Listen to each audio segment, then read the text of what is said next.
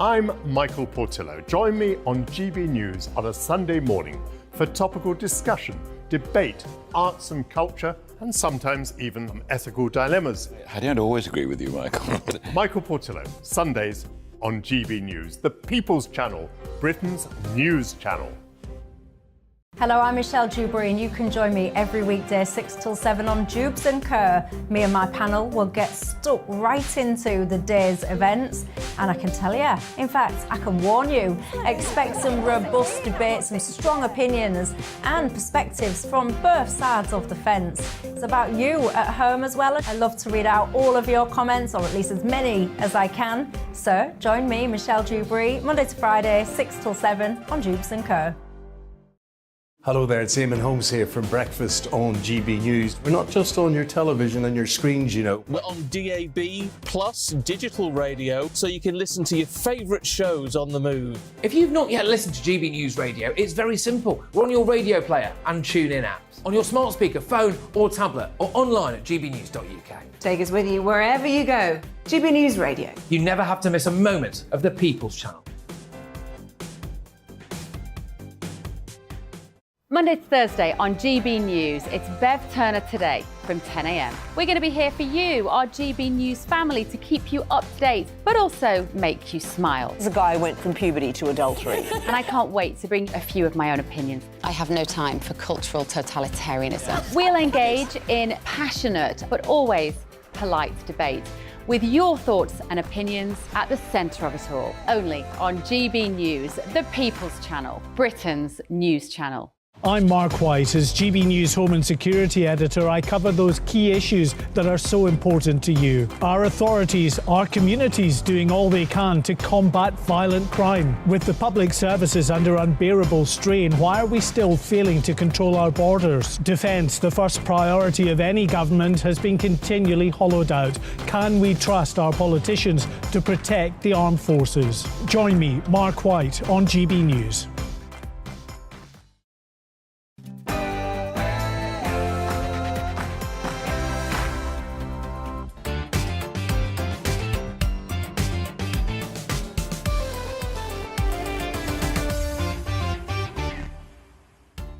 Very good morning, welcome to Bev Turner Today on GB News. We have an exclusive GB News story this morning, courtesy of Mark White, exposing drug gangs recruiting children to do their dirty work. At least 10,000 teenagers are being exploited by what are called county lines criminal gangs to transport drugs for them. Stay tuned to find out how and why. And more nurse strikes again today. Patients are being warned to expect widespread disruption to services on Wednesday and Thursday as nurses stage more strikes in England. Before 11 a.m, I'm going to be joined by three world-renowned experts also to discuss what we've learned from the way that we handled the COVID pandemic, including Dr. Ryan Cole. That's all coming up after a look at the latest news.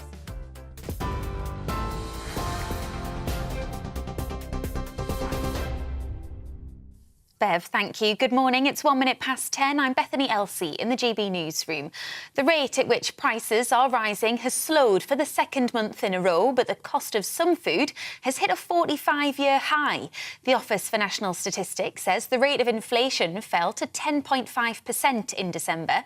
That's down from 10.7% the month before. It says falling fuel costs were largely behind the slowdown, with the average petrol price down by 8.3% per litre since last month. The government has pledged to halve inflation by the end of the year, but the Chancellor, Jeremy Hunt, says there's still a long way to go. Any country anywhere in the world with inflation over 10% is seeing it at frankly dangerous levels for the stability of an economy. But for families up and down the country, they are seeing food price inflation of nearly 17%, and that's causing a massive hike in the cost of the weekly shop. And what that really shows is that for us and for other countries, the most important thing is to stick to a plan to bring down inflation. Meanwhile, the price of some grocery staples, including butter, milk and cheese, has risen by up to 30% in the last year. The consumer watchdog Which found overall prices of food and drink rose by 15% across 8 major supermarkets in the year to December. But items such as porridge, oats rose by, in some cases, by nearly 190%. Thousands of nurses from more than 55 NHS trusts in England are staging a 2-day strike in a dispute over pay and patient safety.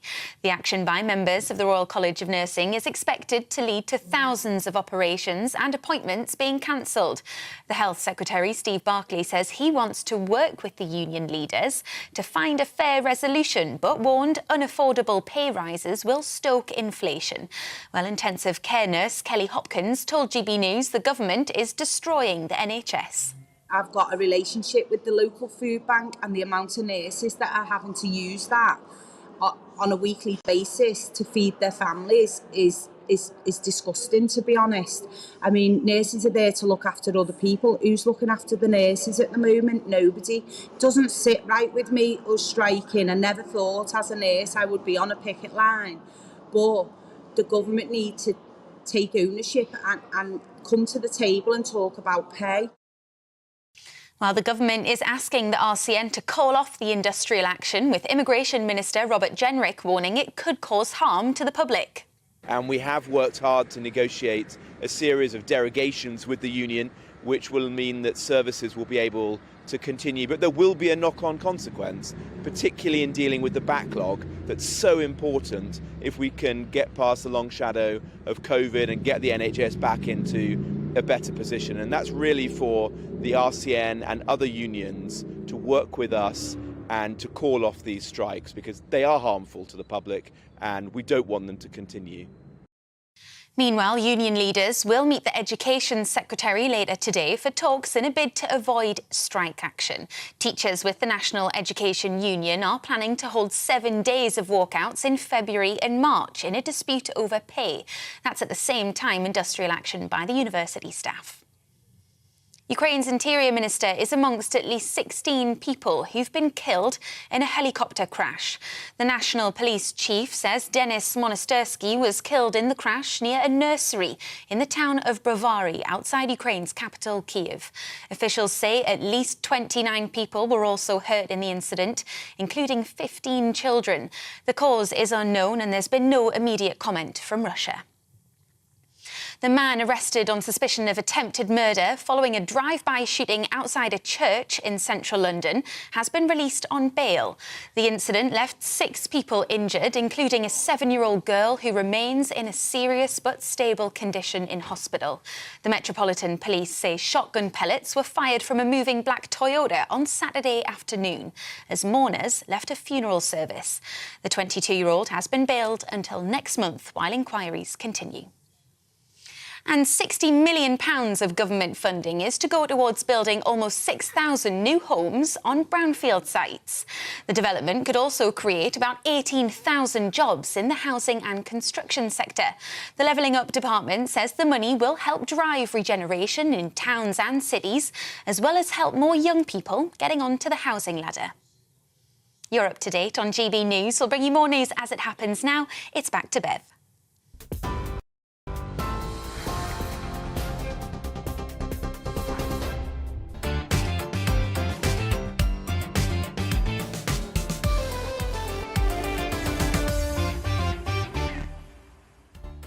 Very good morning. Welcome to Bev Turner today on GB News. Thank you for finding us. Now, here is what's coming up on the show this morning. GB News has exclusive access to a major police operation targeting criminal gangs using the rail network to transport drugs and cash using teenagers as young as 13. And patients are being told to expect widespread disruption as nurses begin a 48-hour walkout this morning. The nursing union has warned that if progress is not made by the end of January, there'll be further strikes next month. We're going to be crossing over to picket lines around the UK in just a moment. And joining me throughout the show is going to be broadcaster Mike Parry and the author and founder of Us For Them campaigner Molly Kingsley. But you are, of course, my third panellist. Flick onto Twitter and vote in my poll. Today we want to know if you support the nurses' strike. So I asked you this on the 15th of December, and at that time, 70% of you did not support them. So We Are the People's channel. Has the mood of the nation changed? Email me also your views, gbviews@gbnews.uk, or tweet me at GBNews.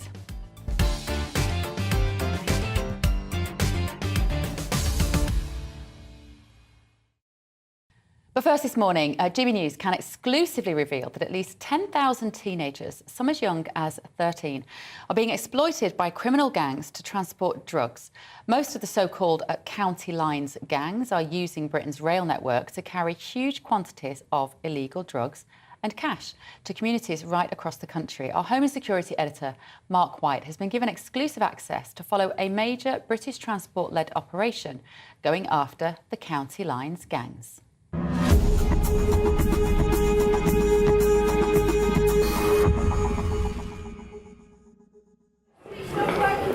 It's the height of the morning commute in central London, and here on the Underground at Euston Station, the police are out in force. They're on the hunt for the county lines criminal gangs, using the transport network to ferry drugs, cash and weapons. Upstairs in the main station concourse, other officers have stopped and arrested this young man on suspicion of drug dealing. He was found with £1,400 in cash and a cheap burner disposable phone often used in drug deals. This countrywide operation is being led by British Transport Police and their dedicated County Lines unit. I have 70 staff that are dedicated to this type of work across the whole of the network. We vary our tactics, we vary our locations. You may not see them out there, but they're out there every day looking for criminals that are involved in county lines activity. On board a train heading to the Midlands, this is rare access, following these plainclothes officers who are part of the County Lines Task Force as they look out for anything suspicious. If you've got valuables in there, the last thing you want is just stuff being stolen, yeah? A quick chat with this passenger and it's clear he's a legitimate traveller. But in the 3 years this task force has been operational, these officers and their colleagues have made more than 1,500 drug seizures, recovered £1.25 million in illicit cash, and taken more than 500 weapons off the rail network. On the day we were filming, here at Birmingham's New Street station, officers arrested a young man carrying this suitcase with 10.5 kilos of cannabis inside.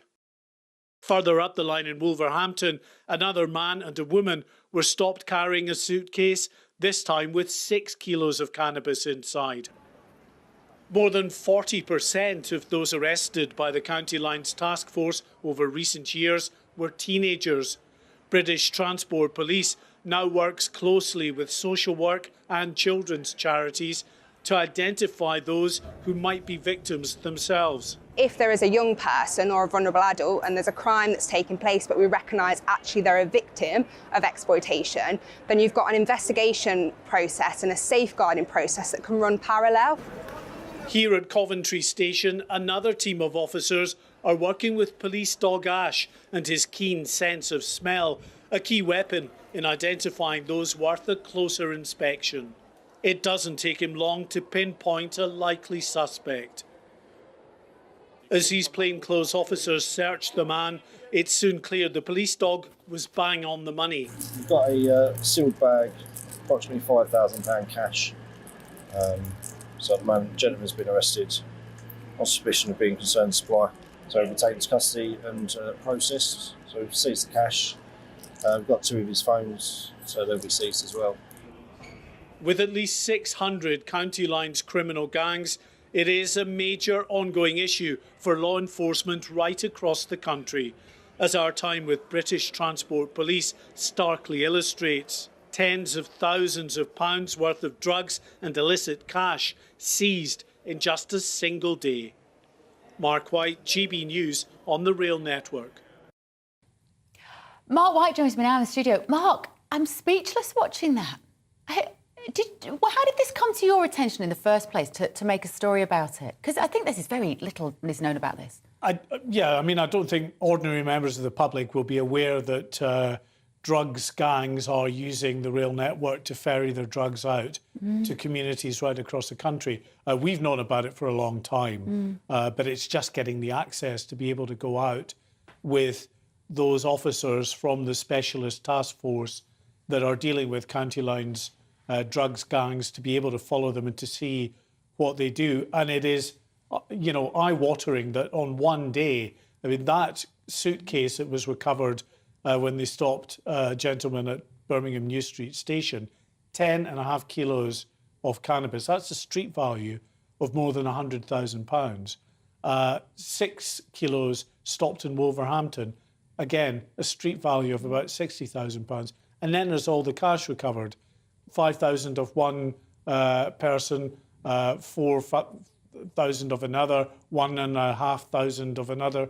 I mean, it's just every day these people are out on the trains trying to go into communities outside the big cities, because that's how county lines works. The criminal gangs will often be in big cities like London, Birmingham, Manchester, wherever, and then they'll run these county lines effectively into smaller towns and villages around the country, and this is their transport of choice. Do we know much about the children who are being used by these drug dealers? How young are they? Are they kids that are already known to care services? Well, the superintendent told me now that the youngest that they've stopped was 13 years old. They are young, they are vulnerable, clearly. They're being enticed into it, let's be frank, because for them, they're being sold the chance to make some money here on what, for them, according to the gangs and what they feed them, is very easy pickings. Just get yourself on the train, meet this person at the other end, hand over your drugs, take the money from them, and then bring it back to us in whichever city we're in. But, of course, a lot of the time they get caught. British Transport Police have this dedicated county lines unit, and over the 4 years almost since that unit's been operational, they've made more than 2,200 arrests, have seized 1,500 separate amounts of drugs, £1.25 million in cash. But again, that's only a drop in the ocean, because county lines, there are around about 600, we're told, county lines gangs in operation across the UK at the moment, and they are making at an estimate of about £500 million a year. It is a huge problem, and it's a problem that blights communities across the country, because, you know, the drugs trade fuels so much of the violence that we see on our streets. The stabbings and the shootings that we hear about are so often as a result of turf wars, gangs, you know, fighting with each other over what is a very lucrative trade. Amazing. Well, thank you, Mark. Thanks so much. It's a brilliant report and a complete eye-opener. Now, thousands of nurses have begun a 2-day strike today as part of an ongoing dispute with the government over pay and conditions. February could see double the number of nurses joining the picket lines, with further walkouts planned over the next 2 months. So our South East reporter Ray Addison is currently at Royal Sussex Hospital in Brighton. Good morning, Ray. And GB News' West Midlands reporter Jack Carson is outside St George's Hospital in Salford. Ray, let's start with you. What is the mood like there, other than very cold, I imagine? Yeah, quite energetic here this morning, Bev, and the picket line is growing by the hour. You can hear quite a lot of support from members of the public as well as they drive past, and as ambulance go past, they're all turning on their sirens as well. I'd say well over 100 people here now on this picket line. I'm joined by Charlie Rummery. He's a children's nurse from the Royal Alexandra Children's Hospital. Charlie, you've been a nurse for 11 years. This is the first time you've ever gone on strike. Why today? Today, this is about sorting out a pay deal so we can have nursing as a safe and sustainable profession, so we can deliver the care that our patients deserve. You work in paediatrics, as I said. What sort of provisions have been made to make sure that children are going to receive the treatment and care that they need today? So as today, as any other day, the priority is safety. So we haven't compromised safety in order to deliver, and to come out and strike today. But however, we do need to send a clear message to the government that we need to make nursing a safe and sustainable profession, and currently it's not sustainable. We're all aware of the challenges A&Es across the country are facing, and it needs to be resolved. I mean, a lot of people will find it hard to believe that the same level of care and safety for children is being observed today as it would usually be at the Royal Alexandria. What would you say to them who have genuine fears about what might happen if their child was injured today and they needed to come in and receive treatment? They will absolutely receive the care that they need. I would stand by that. We've made sure, and there's been a lot of planning across the trusts to make sure that the emergency and urgent care can be delivered to anyone who needs it. We're not going to compromise that, but we do need to send a really clear message to the government that the current model, we need to recruit to the profession, and that the government needs to get to the negotiating table. They need to meet with Pat Cullen, and if they're not up to that job of negotiation, they need to step aside and find someone who can do that. Charlie, thank you very much for joining us this morning. As you can see, very passionate. You can hear the crowds behind us, all the strikers on the picket line. They're chanting, Rishi, chat to Pat. That's the message that's going out today. OK, thank you, Ray. Jack Carson in Stafford. What about you down there? As you can hear, the cars are giving them a pretty supportive reception there with Ray. How is it where you are? We've had cars beeping here all morning as they've been going by, showing their support for the nurses here on strike. We know there's about 55 NHS trusts that are going on strike today. Here at the St George's Hospital, they deal with lots of things like they provide mental health services, other things that are different to the acute kind of care hospitals that we've also seen. But nurses here are very jubilant and together, and that support is really clear that they are united in their striking action.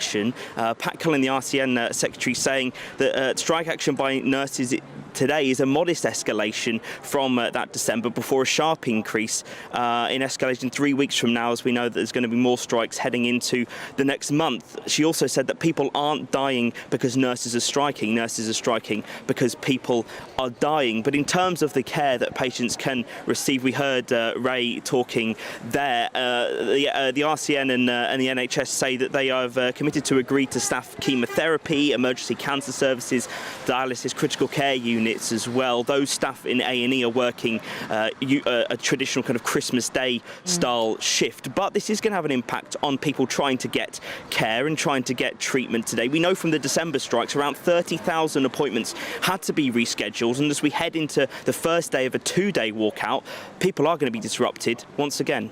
OK, thank you, Jack. Jack Carson there in Stafford. If you are one of those people who's had treatments delayed today, let me know, won't you? GBViews at gbnews.uk. And also, don't forget, our Twitter poll this morning is asking whether you support the nurses' strike. I asked you this question just a few weeks ago, and it's interesting to see whether it changes or not. At the moment, about 70% of you do not support the nurses striking. Cast your vote now. And as always, send me an email, gbviews at gbnews.uk. Now, after the break, it's time to get stuck into the big stories of the day. We're going to bring you all you need to know from the news headlines with my panel broadcaster, Mike Parry, and the founder of children's charity Us For Them, Molly Kingsley. See you in a few moments.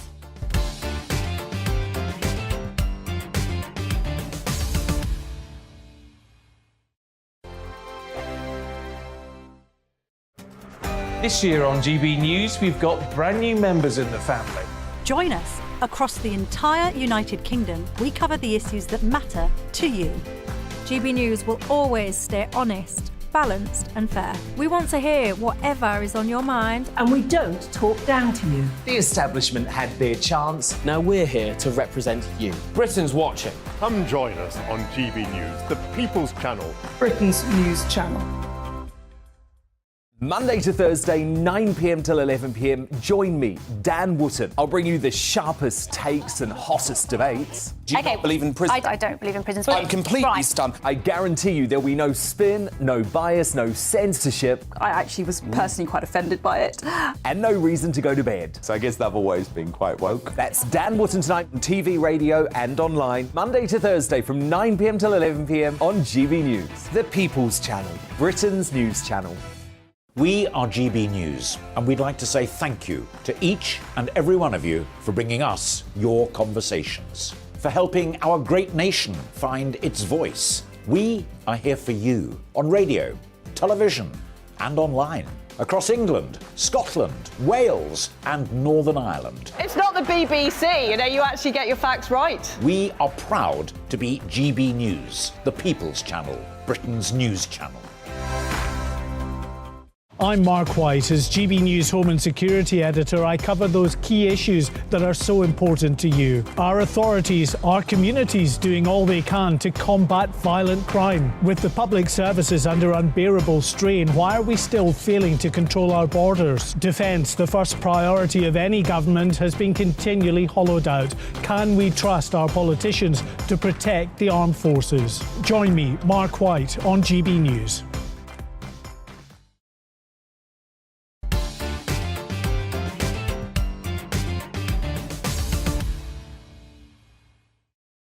Very good morning. It is 10:23. This is Bev Turner today on GB News. Right, you've been getting in touch. Remember, gbviews@gbnews.uk is the email. Let's have a look at what you've been saying on strikes and pay rises. Jerry has said a rise in wages would swell tax revenue to the government and cut the social welfare bill as the uptake of in-work benefits decreases. I think that also the risk with that, Jerry, of course, is we're just already in this inflationary kind of spiral. I'm not sure it would help. But Alan in Essex says they've lost my support for striking, the nurses. They are risking the lives of people to chase money. And John says, I do not support the nurses' strike or any public sector strike. Why should public sector workers get massive pay increases, which private sector workers are going to have to pay for?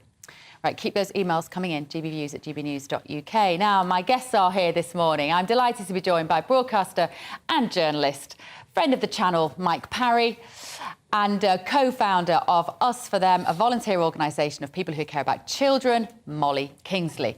Thank you both so much for joining me. Right, let's start with the teachers' strikes. So, Education Secretary Gillian Keeler said that teachers do not need to go on strike to get attention. What are your thoughts on the striking, Molly? I think teachers and unions lost their moral right to strike when they bayed incessantly for 2.5 years for disruption and school closures. And, I think there are a lot of people, myself included actually, who would have a degree of sympathy with what the teachers are saying, because yes, they're relatively well paid. They do have very decent pensions, but actually in real terms their pay will have decreased like many, many other people because of inflationary pressures, and there is real pressure on school budgets. School and education more widely has been chronically underfunded, so I think these are all real problems. But I'm sorry, no, you can't cause such gross disruption to children's education for 2.5 years and then claim the right to do it again. Yeah. Just no. What do you think, Mike? Well, teachers, of course, are part of the public sector. Nobody in the public sector suffered from 2.5 years of pandemic, whereas in the private sector, people lost their businesses and they lost money. They couldn't go to work. The teachers' conditions, the pension in particular, I think 24% of their annual pension is paid for by the employers, i.e. the taxpayer. That's right. They work 200 days a year. People say, oh, well, no, they're on holiday, they have to mark books and all that. I don't care. It's still only 200 days a year. And as you've pointed out, Molly, they were the first to want to work from home. So they spent more time at home over the last 2.5 years than anybody, and it's not cost them a single penny. Can I just read this to you? At last year's conference of the National Education Union, its joint leaders were awarded a medal by the Workers' Central Union of Cuba in recognition of their solidarity with the nation. Does that give you some sort of indication of where the political sympathies of these people lie? Isn't that ludicrous? It is ludicrous. And doesn't that give you the feeling that this could be part of the, concerted political movement amongst unions to just make life very difficult for the Tory government? It does seem like it. It's the National Education Union that's actually striking. They are the largest union. Yeah. The strikes are scheduled for the 1st of February, the 15th and 16th of March, and it will affect 23,400 schools in England and Wales. The ballot result was the biggest union result since thresholds have come in. The teachers really, really want to do this. It's interesting, isn't it? Because They talk the talk, and this is the union bosses rather than teachers, I think. They talk the talk about caring for children. So, Mary Bowstead, as she announced the result of this ballot, said children only get one chance to be in school. Then she closed schools. And you just think, they talk the talk, but actually, have they had children's welfare and children's education at heart over the last 3 years? It's not all teachers, is it, Bev? Because isn't there a section of teachers who didn't vote for it into the fact that not enough voted, the 50% threshold thing. That's right. Yeah. I mean, this might sound extreme, but in my view, teachers should be donating 2 hours a week free to go in on a Saturday morning, open the schools and try and get the children to catch up on the education they missed during those 2.5 disastrous years. You will know that better than anyone, Molly. Your organisation has devoted a lot of time to really understanding the effects of lockdowns on the educational attainment of children. And I think this is the thing. I think we can talk about teachers and unions, but actually what this is about is children, because once again, they're going to lose out as political footballs in adults' battles. Yes. And I think actually, if you look at it from a child point of view, there is just no way of defending these strikes at the present time. But also for parents who need to go to work. Bev, give us a break. It's absolutely shocking. It's going to cause so much pressure on families. Because once again, if you work in the private sector and you are a plasterer and your wife is working at the local shop, one or the other of you is not going to go to work that day. Right. And they're all on zero contracts, so they don't get paid that day. It's an enormously unjust pressure on what I would call a very vulnerable part of society, vulnerable being parents who have to look after children. And do you know what? We've just done that story from Mark White about all of these teenagers who are involved in criminal gangs. We've got 100,000 children that never went back to school after lockdowns, just missing from the system. Where are the ethics and the morals of these teachers to say, of course we would all like more money. We'd all like more money, but for now, let's give these kids a run at an uninterrupted period of school without all of this nonsense. Anyway, thank you. Right, Rishi Sunak doubles down on plans for a bonfire of 4,000 pieces of EU legislation which are still lingering. This will politically be very popular with at least half of the country. Do you think, Mike? If it ever gets done. Oh, there has been so much talk about Brexit. Right, now, I hold my hands up here. I didn't vote in the Brexit vote, OK? Because I genuinely didn't know whether I was going to damage the economy or improve the economy by saying get out or stay in. So I took a step back. However, after the Brexit vote came in, democratically, I said, right, put your foot in the accelerator, let's go for it. I don't think in 7 years we've done one significant thing to give us an advantage that Brexit should have brought us. We haven't followed the trade opportunities. We haven't got rid of this bonfire of European rules, which should have gone. We still answer to people like the European Court of Human Rights. I mean, it's utterly ridiculous. And I blame the politicians' weakness in not controlling the blob, because we all know that the civil service in this country can react slowly or speedily to the instructions they're given by their political masters, depending on what they think of it. And clearly, the civil service didn't want it. Rishi Sunak will be, no doubt he'll be talking about this at PMQs today. These proposals will allow nearly all remaining retained EU law to be either repealed or absorbed into UK domestic law by December the 31st, 2023. Yeah. I don't feel like his heart is in it, Molly Kingsley. I don't know about you, but he's a proper globalist, is Rishi Sunak, and I think he'd quite like to remain part of the EU. Yeah, well, I'm sure there's a lot of truth in that. And I mean, it goes to execution. It's political will and it's execution capacity. And this government have shown time and time again that they can't execute. I totally agree. They come out with these slogans, get Brexit done, being a class one. They were elected on that mandate. Whether you agree with it or not, that was the mandate they were elected on. So they have to be seen to be doing or saying something, because if they don't, they've got no mandate.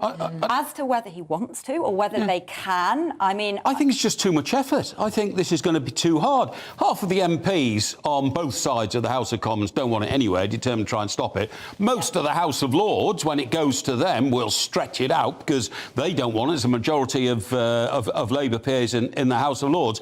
And quite frankly, I'm losing the will to support Brexit anymore. The people, so 54% of people now say they want to remain. I totally agree. What do you think the Red Wall think now? They thought, wow, this is all going to be great and get Brexit, and then we free up our trade laws so that a whole new world of opportunity will open up across the north of England, the northwest and the northeast. None of that has happened. No. Well, I think it's very difficult, isn't it, to distinguish between the effects of Brexit and the effects of lockdowns and COVID as well. But anyway, thanks, guys. Great kick-off now. After the break, I'm going to be joined by 3 experts in their field to discuss how we handle the outbreak of coronavirus and what we would do differently in the event of another pandemic. That's after your morning's news.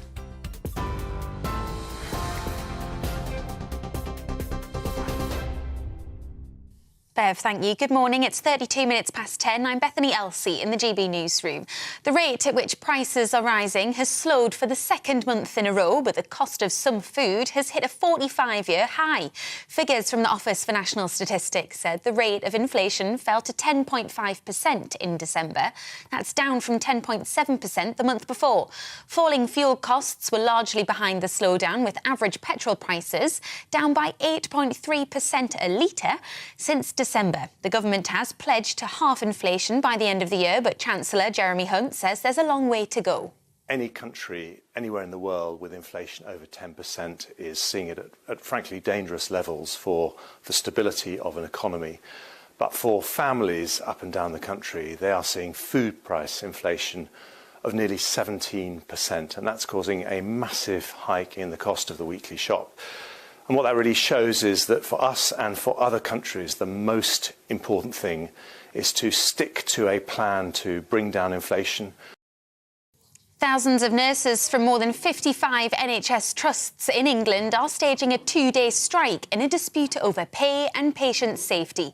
The action by members of the Royal College of Nursing is expected to lead to thousands of operations and appointments being cancelled. The Health Secretary, Steve Barclay, says he wants to work with unions to find a fair resolution, but warned unaffordable pay rises will stoke inflation. 106 migrants arrived in the UK yesterday in the first small boats to cross the English Channel in more than a fortnight. Bad weather has deterred any crossings since the 2nd of January. 3 small boats left French beaches on Tuesday, 2 made it to the UK and were picked up by Border Force. The 3rd got into difficulty near Calais and 45 people were rescued by French officials. Ukraine's Interior Minister is amongst at least 16 people who've been killed in a helicopter crash.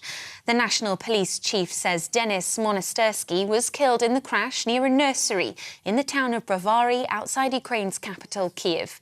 Officials say at least 29 people were also hurt, including 15 children. The cause is unknown and there's been no immediate comment from Russia. You're up to date on TV, online and DAB plus radio. This is GB News. We'll get back to Bev in just a moment.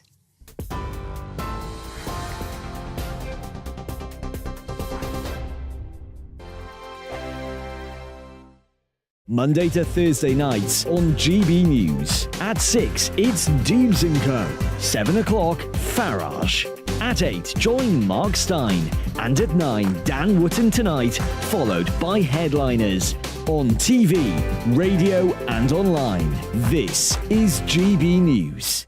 We are GB News, the People's Channel. Why not take us home with you by visiting the GB News shop at gbnews.store. You'll find all the official merchandise, a really good present actually for yourself, your friends or your family. We ship across the UK mainland at no extra cost. GB News, the People's Channel.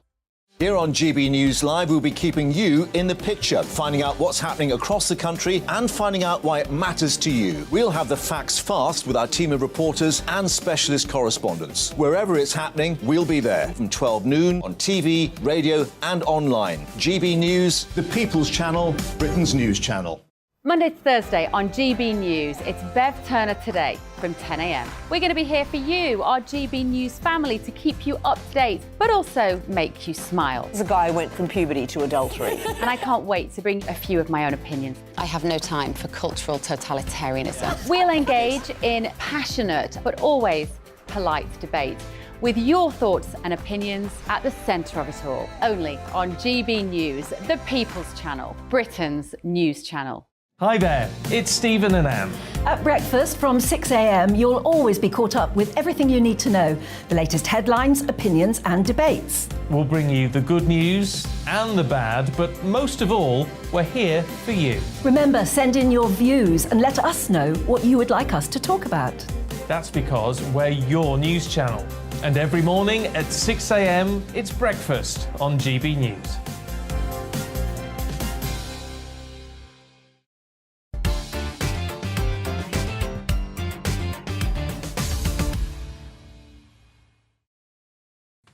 Very good morning. It's 10:37. This is Bev Turner today on GB News. Now, regardless of whether you believe that the government's response to COVID was overreach or didn't go far enough, I'm sure that we all agree that lessons need to be learned for the next pandemic whenever the World Health Organization decide that we are in one.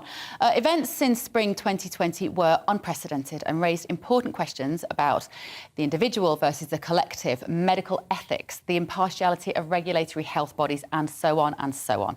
So to help us reflect on these huge issues, I'm delighted to be joined by the consultant virologist and lecturer at Cambridge University, Dr. Chris Smith.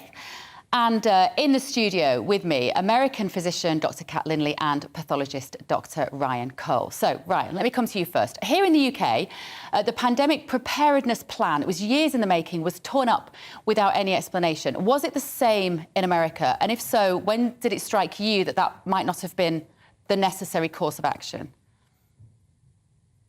Go on, Ryan. Oh, I was surprised that around the world, the pandemic plans were all very similar. We had a pandemic plan many years ago in the early 2000s, and we didn't follow anything that was written therein around the world. Mm-hmm. And so it was shocking that in lockstep around the world, everybody followed that same pattern. And we threw all logic, all medicine, as you mentioned, medical ethics out the window, and we threw what we had away, and it didn't make any sense, neither there nor here. So, Chris, with the passage of time now, do you think that was the right course of action to change what was already written down as our pandemic response and, for instance, quarantining the unwell as opposed to quarantining the healthy? The problem is that every challenge is a new one. And if we try to view the world as something that you have a set of guidelines that behave like tram lines and you relentlessly follow them without being dynamic in your thinking, then you're also equally setting yourself up for a bruising. So you have to appraise every single situation on the basis of how does it possibly fit with what we do know, but what are the important things we don't know, and then be prepared to change your mind. And the public and the people who are being asked to comply with the various measures also have to understand that judgments may change, viewpoints may change, and therefore rules, regulations and approaches may change. And the one thing we mustn't do is be too rigid in our thinking that this is the way we always do it because that's the way we've always done it, therefore we have to do that again, because that's exactly how mistakes are made. So we've got to keep an open mind about the best way to manage these things and confront everything based on the facts and the evidence and what we think is the best way forward based on evidence from the past but with a view to the future. OK, Dr. Kat Linley, I know what Chris is saying, that we need to be nimble and the government needs to make decisions on the rush sometimes. But I didn't see any science in relation to a respiratory virus which suggested that we needed to rip up the plan for a respiratory virus. Did you? That's exactly right. One thing that didn't make sense to me being physician on the ground was they told us to tell patients to stay home until they can breathe and then go to the hospital. That never made sense because our job is to actually dive into the problem, figure out how to deal with the things that are happening and try to respond. And once they started saying you have to start wearing masks and things like that, you know, our CDC went from wearing pretty much a spacesuit to N95 to surgical mask. And then when they ran out of everything, they started saying you can wear a bandana. And we all know that never made sense. OK. Ryan, what's your response to that? I think, as was brought up, one has to be nimble, but during these 3 years, nobody was nimble. Everybody was rigid. We didn't adapt to what was happening. The data came out very early from Stanford and Dr. Ioannidis that the infection fatality rate, case fatality rate was actually far lower and akin to a flu. So this construct of, well, we need to be nimble and adapt, well, why didn't we? And why did we silence the voices that had the science? Those of us who have a background in immunology, virology, pathology, Dr. Lindley, feet on the street, seeing what was happening. We knew that this wasn't as bad as it was painted to be, so we should have adapted and been nimble. And I like to joke that all doctors and scientists agree when you censor the ones who don't. So not having that dialogue led to all these draconian measures that were completely unnecessary. Go on, Chris. What would your response be to that? Well, I agree. I mean, my point was that we need to be nimble and we need to not be rigidly approaching these things in a one-size-fits-all way, because you are really setting yourself up for a fall if you do that. And that was not necessarily in evidence. There was very much a Me Too and a sheep mentality about this. We were looking at what was happening in other countries, and we also set up our own internal arguments here in the UK, didn't we, where we had the devolved administrations having almost a competition to see who could be kindest by introducing the most draconian measures. This was the wrong way to do this. You don't look at a country and say, well, they're doing it, so we should. You should look at a country and look at the outcomes and say, well, what's working? What might translate to our population, respecting the fact that all countries are different. They have a different demography, they have different living conditions, different geography, different ways of working. And so you don't just use a one-size-fits-all, but you should be looking at what other people are doing and then saying, well, what might we be able to adopt that might be sensible here? My own view with this pandemic was that we tended to use a one-size-fits-all across the entire population. It became pretty apparent pretty quickly who was most at risk. It was elderly people, people with pre-existing health conditions. Young people were at very low risk. And one of our chief medical officers actually sort of tongue-in-cheek said, look, you have a worse prognosis if you run into your school bus than if you run into COVID in terms of your risk of something adverse happening. Did you feel, nevertheless, we did put everyone into a lockdown, and I don't think that was necessarily the right thing to do. But Chris, if you don't mind me saying this, I don't remember hearing you say during many appearances that you made in the media during that time that we needed to allow children, those without pre-existing medical conditions, I don't know, you might even say the under 50s, to go about their job, their business normally. Did you feel you couldn't say that during the pandemic? We certainly were much more vocal as time went on, and we knew what the mortality rates and what the risks were. We were certainly a lot more, and I say we, the community that I work in, we were much more vocal about how we need to be loosening things and opening things up for certain sectors of society. And I certainly was clear that for people who were saying, for instance, I'm vulnerable, I think everyone should stay locked up to protect me, I was making the point that vulnerable people can identify who they are, they've been told who they are, they can take steps to protect themselves and go the extra mile, for instance, using PPE and so on, if they feel that that will help them. But that doesn't mean it should be required of the general population. And I certainly did make those points, especially as we knew more. Once we knew a lot more about the disease and we had vaccines, it was much more sensible to take a pragmatic approach and to focus on those individuals who we knew were at risk and help them to protect themselves while not hindering Dr. the ability Catlin, of the let me bring general you in. public So, to go about their lives. you have 5 children of your own. You're a family doctor yourself.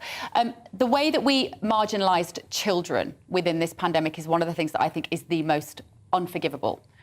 Have we learnt lessons for the next time? I hope we have. I do have concerns that there is signaling from WHO to return back to masking. And specifically when it comes to masking, we know that it caused more harm in children where it came to their learning, to their speech issues, to identifying the cues, emotional cues. And one of the things that happened during the lockdowns, I think lockdowns truly affected children in a way that will cause harm for a long time that we have to overcome. At least in American schools, if there is child abuse or things like that, if child comes to school, teachers can see those signs and try to help. But with the lockdowns, we left these vulnerable kids at home with possibly their abusers or in bad situations. And then when they came back, they couldn't learn through Zooms and things like that. They had to make up this whole year that they lost in learning. Ryan Cole, let me come to you. What do you think we've learned about trust and baked in perverse financial incentives, be that our regulatory authorities. Go. I think the large systems have lost a lot of credibility. The public health systems, it seems, around the world are broken because they work too lockstep in conjunction with the large pharmaceutical corporations and are regulatorily captured therein. And so I think trust has been broken in the system, and I think that's why we see around the world movements for more independent medicine and non-consolidation because of what these agencies have done and not allowed that outside voice to come in and to show us there may be alternative treatments, there may be better ways to do things. We don't subject everybody to the same therapies. I think the system is broken and the world is seeing that. And just one last word, Ryan, if I can, from you on why there was such a suppression of early at-home treatments with COVID-19. That is baffling. In the emergency authorization stateside, if you had an early treatment, you could emergency authorize a vaccine. So there was an intentional suppression of early treatments so that they could use this experimental approach with a new technology. Had there been an early effective treatment, that would have never happened. And you believe that there are early 100%, treatments? 100%. Mechanistically, as a pathologist, pharmacokinetics, absolutely, they're early. Chris, just a quick question, just to you, Chris. Early at-home treatments, why did the NHS not offer anything to patients until they were very ill? Well, it did, because we set up the recovery trial, which was run at Oxford, and they were appraising at a massive scale the sorts of treatments that were being suggested, including Donald Trump's favourite drug, hydroxychloroquine. And they were able to show what did work and what didn't work pretty quickly and pretty decisively. And that data then saved lots of lives subsequently, because we did discover a number of new treatments that way. OK. All right, Dr. Chris Smith, Dr. Kat Linley, Dr. Ryan Cole, it's never long enough. Thank you for the discussion this morning. Now, moving on. Council tax was introduced 30 years ago to help local authorities pay for everyday necessities. But research by money.co.uk shows if you live in the north, you're likely to pay more. It has recently been found that Rutland Council in the East Midlands has one of the highest council tax rates in the country. Our national reporter, Theo Chicumba, has the story. It's used to pay for waste collection, street lighting, road maintenance and more. How much you pay is dependent on your circumstances, which valuation band your property is in, and how much the council needs to fund its services. Here in the East Midlands, there's mixed views on how much they pay. I know the councils have got work to do. I think partly with Rutland it's because it's such a small county that they don't perhaps get the economies of scale that other places will get. But I think, you know, there needs to be some accountability for where all the money's going, I think. It's difficult on the working sort of people like myself, really, I would say. Can you compare it to London? Well, maybe not, with two different places, but it's certainly high here. I can't deny that. You know, with everything else going on, trying to make your pension stretch, you know, to cover everything is a bit too much, really, I think, you know. I've lived around here all my life and it's got worse over the years. If you live in a house here in Rutland in East Midlands, your council tax is around £2,300 a year, making it one of the most expensive in the country, and it's set to increase again. Whereas if you live in the southeast, in London or here in Westminster, the average council tax is cheaper than those who live in the Midlands or in many parts of northern England. Data by money.co.uk suggests that council tax bills are 20% higher in the north of England than in London, even though homes here in the capital are 3 times more expensive. The average Band D bill in London this year is £1,696 compared to £2,060 in the north of England. At this local authority, they say council tax counts for 78% of their budget, and that households here receive £504 from central government, almost half of what other parts of the country receive. In an ideal world, we would be absolutely saying, right, well, we're going to have a council tax freeze. That really wouldn't be fiscally responsible, because we would end up with some really, really difficult to make decisions in the coming years, which would actually negatively impact our residents even further, because we would have to look at the level of service provision on some of our key core services. While an additional £33,000 support fund is available for households who need it the most, leadership here argue local government funding needs to be revised to even out disparities and make the system fairer. D.H. Comber, GB News. Right, my panel are back here. Mike Parry, just reading the papers there, Mike. No, not at all. Time to get you a cup of coffee. Not at all. No, you're here to read the news. That's good. Could you get me a stool for my feet, please? Oh, I'm sorry. Right, and also Molly Molly Kingsley, founder of Us For Them. Sorry, Molly. Great to have you here. Right, Davos this week, World Economic Forum. I don't know about you, Molly Kingsley, but I'm suspicious about this lot of multimillionaires going over there, making decisions about our life and not being entirely transparent about their influence. Well, guess what? Do you know what they have a lot of in Davos during the annual meeting of global elites? Prostitutes. Yep, you heard that right, ladies and gentlemen. Demand for sexual services rocket during economic summit. It's such a cliche. It's such a cliche, and it's predictable and also just gross. At the same time, you know, these are people that preach to us about minute details of our lives and are setting in train things that will outlive us and our children based on, you know, mathematical models, which many dispute, and then on something just so fundamental to like human integrity and the way we behave, they let us down and kind of betray an expectation of just acting like a decent human being. Yeah. So, I mean, the world's biggest businessmen are here, but the biggest industry in the world is the sex industry, without a shadow of a doubt, because it goes on everywhere. It doesn't matter whether it's wealth or privilege or whether it's the lower end of the social scale. Have you ever been to Moscow and stayed in a hotel there off Red Square? You come in the evening about 10:30 or 10:45, and I'm not joking, about 8 of the most beautiful women in the world are sitting in armchairs in the lobby. They all smoke. I don't know why. It's just a thing that they do, you know. Might be quite a stressful job, I imagine.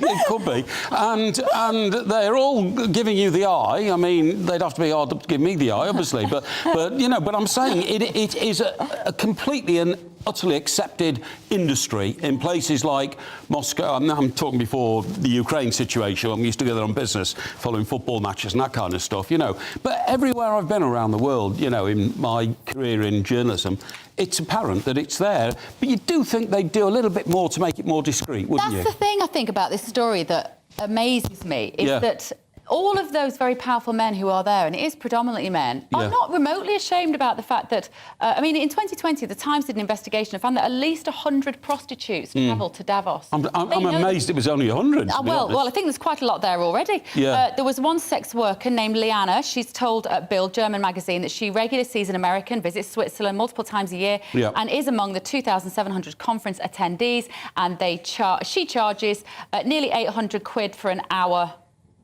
I just think it's just the most extraordinary thing that the papers are running it. The women are clearly there walking around. When I used to do some work in F1 and broadcasting, and in, I think it was Istanbul, there used to be a temporary brothel set up every year on the race weekend. Oh, I can believe it. I can believe it. You go to places like Cyprus, you know, where people go with their yachts and all that kind of stuff. It is an inherently full-time, 24-hour-a-day business, and it couldn't work without it. You know, you go Monaco, places like that, but it's a lot more discreet than everybody gathering for what is clearly, you know, 4 or 5 days of leg-overism, you know, and very open about it. You know, you'd just think it would be a little bit more in the shadows. Amazing. Anyway, nothing surprises me anymore. Your views, Lynn in Leeds. This is about our drugs gangs, these county lines gangs using children to ferry drugs around. Lynn says this has been going on for years. My granddaughter has seen guns. We are bringing into the country more criminals, and the channel crossings are a scam. We haven't made a specific link, to be fair, Lynn, between channel crossings and the gangs, but if anyone could do it, it'll be Mark White. He understands both topics incredibly well. And on strikes, Kevin has said, as a working man, I support all strikers. So should you lot? And Margaret says, I don't support the strikes, but definitely think the nurses should be paid more. It would save the NHS money if they were. Right, that's the end of our first hour. I'm going to be looking ahead to PMQs, which gets underway at midday after this short break. Deacon here with your latest weather update. You don't need me to tell you it's another cold one, a dry, sunny one for many, but we do have further wintry showers in places, heavy snow across northern Scotland and a mixture of rain, sleet and snow further west. It's actually in the east where we've got low pressure. That's pulling away, but it's still allowing the winds to be coming down from the north, hence why it is cold out there. Temperatures getting up to 5 or 6 degrees, which means the showers in the west will be more of a mixture of rain, sleet and snow and some hail. Snow mostly over the hills, but a covering in places still across Wales, Western England, Northern Ireland, and certainly more heavy snow showers to come across northern Scotland. Many central and eastern areas just staying dry and sunny, but it is cold, feeling especially cold in northern Scotland with a brisk wind. Temperatures generally 4 to 6 Celsius at best and dropping sharply this evening, which means ice is likely to be a problem where we have further wintry showers coming in for Wales. More snow likely in North Wales and perhaps into parts of northwest England, along with Northern Ireland and again northern Scotland. The showers easing in the southwest, but again many central and eastern places dry and very cold. Could be some fog around as well, down to minus 10 to maybe minus 15 where there's snow lying on the ground in northern Scotland. And that's where most of the snow will be during Thursday. A few scattered flurries across parts of North Wales and northwest England perhaps, and still a few wintry showers for Northern Ireland. But many areas will be dry tomorrow with sunny spells, but it will be cold. Temperatures again for most only 3 or 4 degrees Celsius. The winds, though, fairly light, which means the frost will return very quickly on Thursday night. Again, it could be quite icy almost anywhere, but particularly where we've got the showers for Northern Ireland and northern Scotland, where we'll continue to see the snow building up. Any sign of the cold weather ending? Well, it's going to last until at least Friday. Slowly, milder air will creep into the west during this weekend.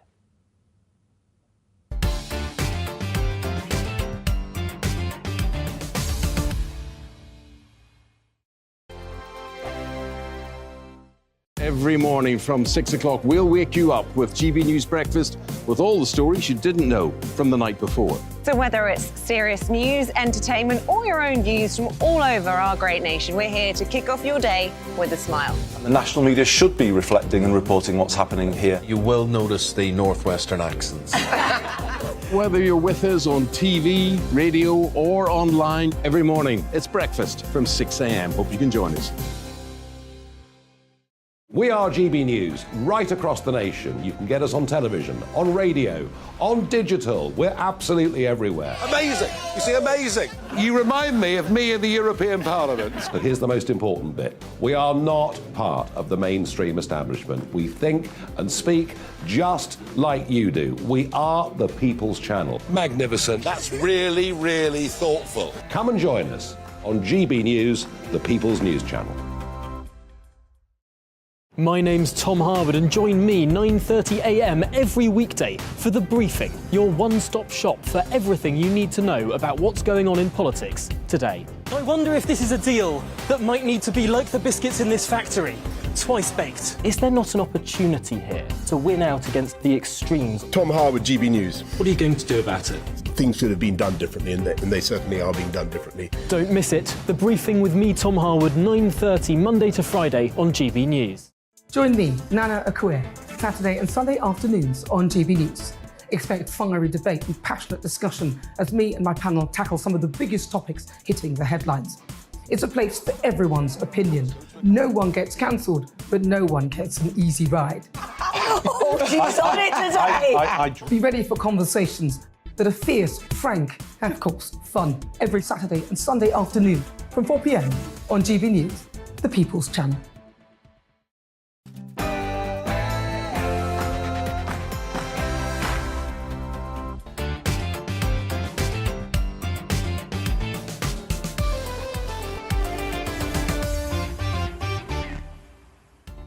Very good morning. Welcome to Bev Turner today on GB News. Before midday, we're going to be looking ahead to PMQs, where Scotland's gender recognition bill is being rejected and mounting strike actions are expected to dominate today's conversation. We'll also cover the latest inflation figures with Liam Halligan, which shows that price rises in the UK slowed for a second month in a row. It's pretty good news.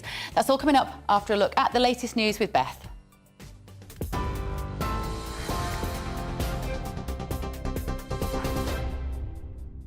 Bev, thank you. A very good morning to you. It's just gone 11 o'clock. I'm Bethany Elsey in the GB newsroom.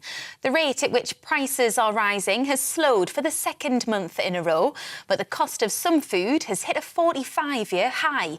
The Office for National Statistics says the rate of inflation fell to 10.5% in December. That's down from 10.7% the month before. It says falling fuel costs were largely behind the slowdown, with the average petrol price down by 8.3 pence per litre since last month. The government has pledged to halve inflation by the end of the year, but Chancellor Jeremy Hunt says there's still a long way to go. Any country anywhere in the world with inflation over 10% is seeing it at frankly dangerous levels for the stability of an economy. But for families up and down the country, they are seeing food price inflation of nearly 17%, and that's causing a massive hike in the cost of the weekly shop. And what that really shows is that for us and for other countries, the most important thing is to stick to a plan to bring down inflation. Well, as you've been hearing, the price of some grocery staples, including butter, milk and cheese, has risen by up to 30% in the last year. The consumer watchdog, which found overall prices of food and drink rose by 15% across 8 major supermarkets in the year to December.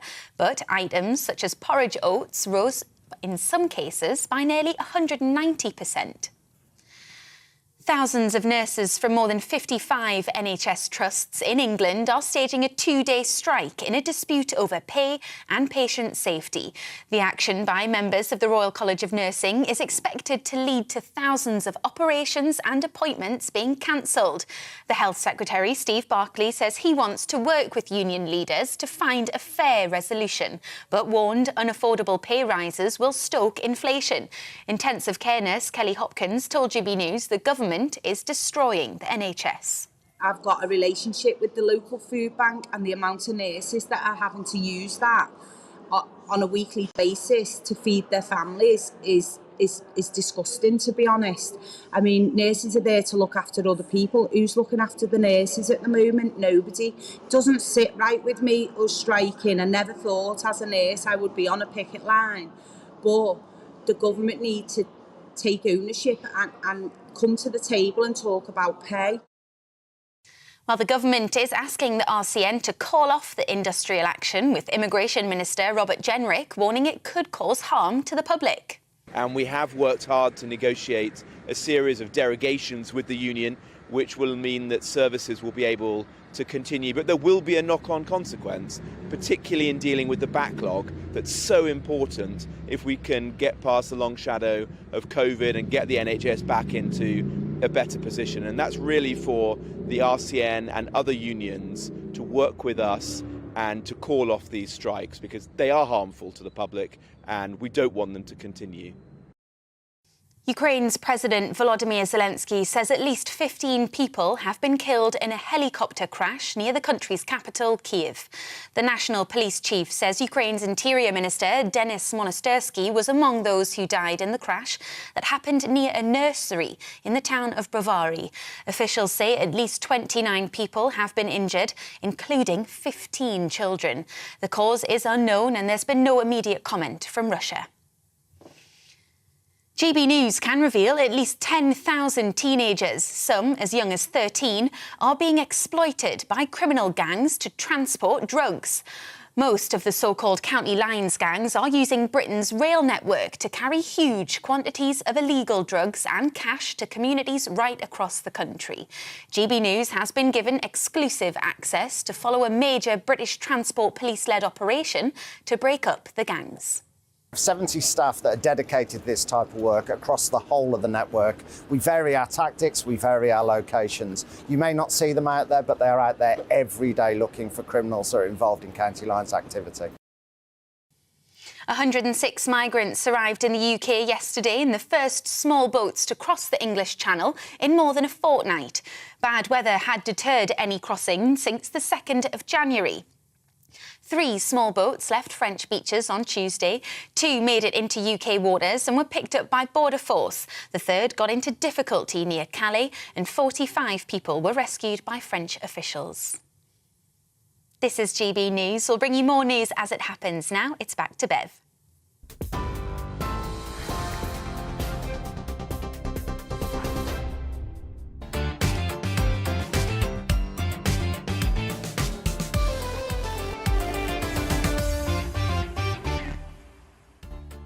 Very good morning. Welcome back to Bev Turner today on GB News. Here's what's coming up. It's Wednesday, which means it is PMQs. The Prime Minister will face opposition on the strikes and the controversial blocking of the Scottish gender recognition law. Plus, Tory backbenchers opposing Sunak for his plan of a bonfire of lingering EU laws.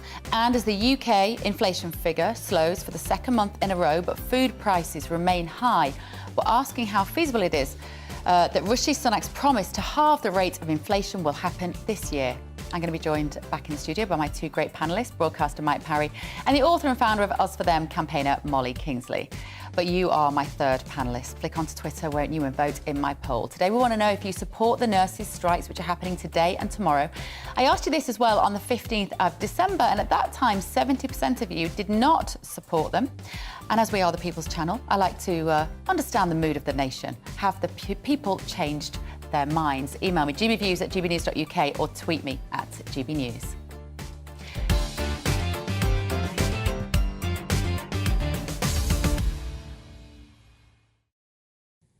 So thousands of nurses have begun a 2-day strike today as part of an ongoing dispute with the government over pay and conditions.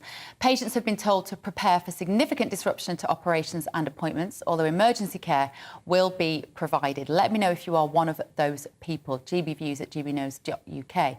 February could see double the number of nurses joining the picket lines. Meanwhile, the Health Secretary, Steve Barclay, says that patients will pay the price as nurses walk out. Well, joining me now is one nurse who voted against the strikes, psychiatric nurse Julia Taylor. Good morning, Julia. Thank you very much for joining me. Amongst your cohort at your place of work, were you in the minority for not voting for these strikes? Yes, I was. There's a lot of my colleagues did vote to strike. However, my trust that I work for isn't striking because we didn't get the required amount of people. But the trust that I work opposite, they are striking today, and I've just driven past them there on their picket lines, and they're all with their banners up and saying that about the conditions and the pay, etc., etc.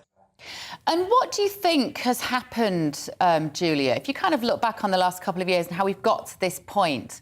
I mean, kind of psychologically, emotionally, what position are the nurses in? It's been a tough few years for everybody.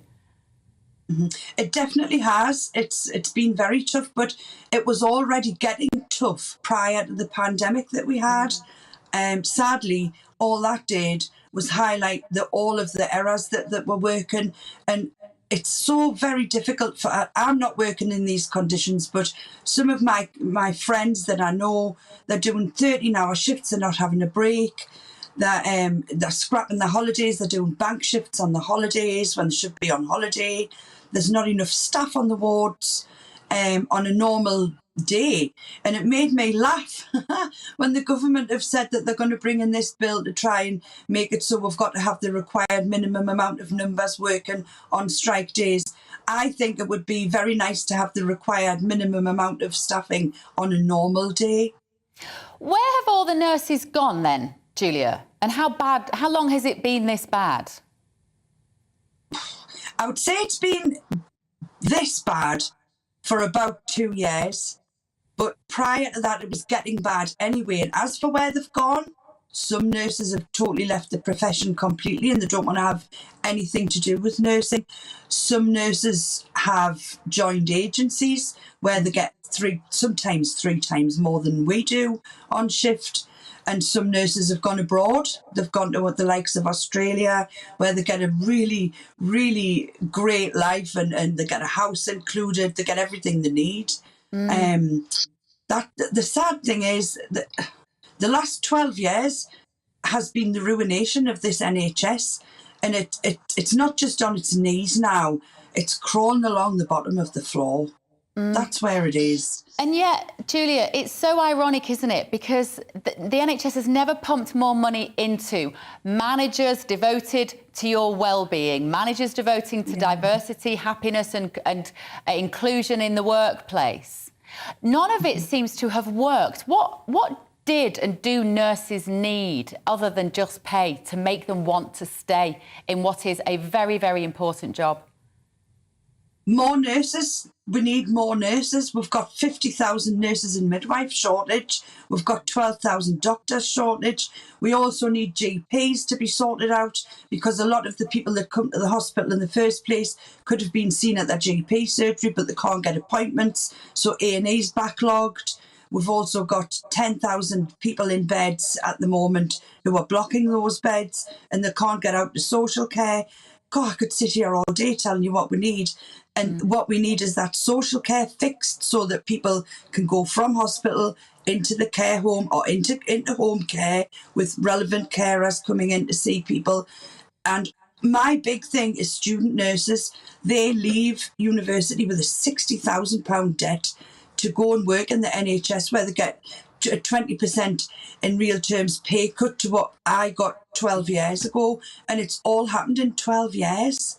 It's as if I feel, and I'm not very political in that sense, I feel as if it's been done purposely so that, oh, well, it's broken, we better privatise the NHS. That's what it feels like to me. I think it feels like that to a lot of people, Julia. I think because we look around for the logic, and yes, you know, the NHS gets a lot of money. It gets £4 billion a week. There's a huge amount of money that goes into it. But I think, for me, I agree with you. One of the things that it baffles me is that nurses have to have a degree before they go in, and how expensive that is for nurses. Do you feel like there is a general sense within the nursing community that is illogical, and that somebody should be fighting with the government to say, you need to drop that requirement? I don't know, because it's quite academic these days. There's a lot of things you have to know, and you have to have a certain level of education to become a nurse these days. I still think we need to do a degree, but why can't we do, like when I did my training, we had a bursary and I didn't have to pay for my nurse's training. If I had to pay for my nurse's training, I wouldn't have done it. I wouldn't have wanted to be in debt. I hate being in debt, and I wouldn't have wanted that. So I wouldn't have become a nurse. What the government should do is give an incentive. For instance, if you qualify and stay with the NHS for 7 years, we will pay your student fees off.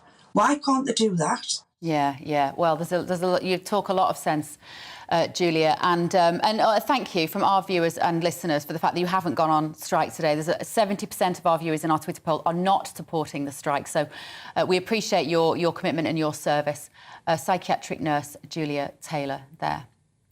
Now, Scotland's gender recognition bill is being rejected, and mounting strike action are expected to dominate today's PMQs. Rail workers, teachers, university staff and civil servants are all heading to the picket line next month. Meanwhile, Mr Sunak remains under pressure from some Tory backbenchers for standing by the plan for a post-Brexit bonfire of EU laws. Let's cross over to Downing Street and speak to GB News' political editor, Darren McCaffrey. Darren, he's got a very busy inbox, Rishi Sunak, at the moment. Where do you think his priorities will lie today at PMQs? Yeah, he does indeed, Bev. In fact, the cars are just lining up outside Downing Street here. The Prime Minister is due to leave imminently to travel across the Parliament for, as you say, Prime Minister's Question Time kicks off at 12 noon. As always, I'm sure Labour are going to focus, unsurprisingly, on the strike action by nurses today and the real potential for mass industrial action on top of what we've already seen on the 1st of February with civil servants walking out on that day.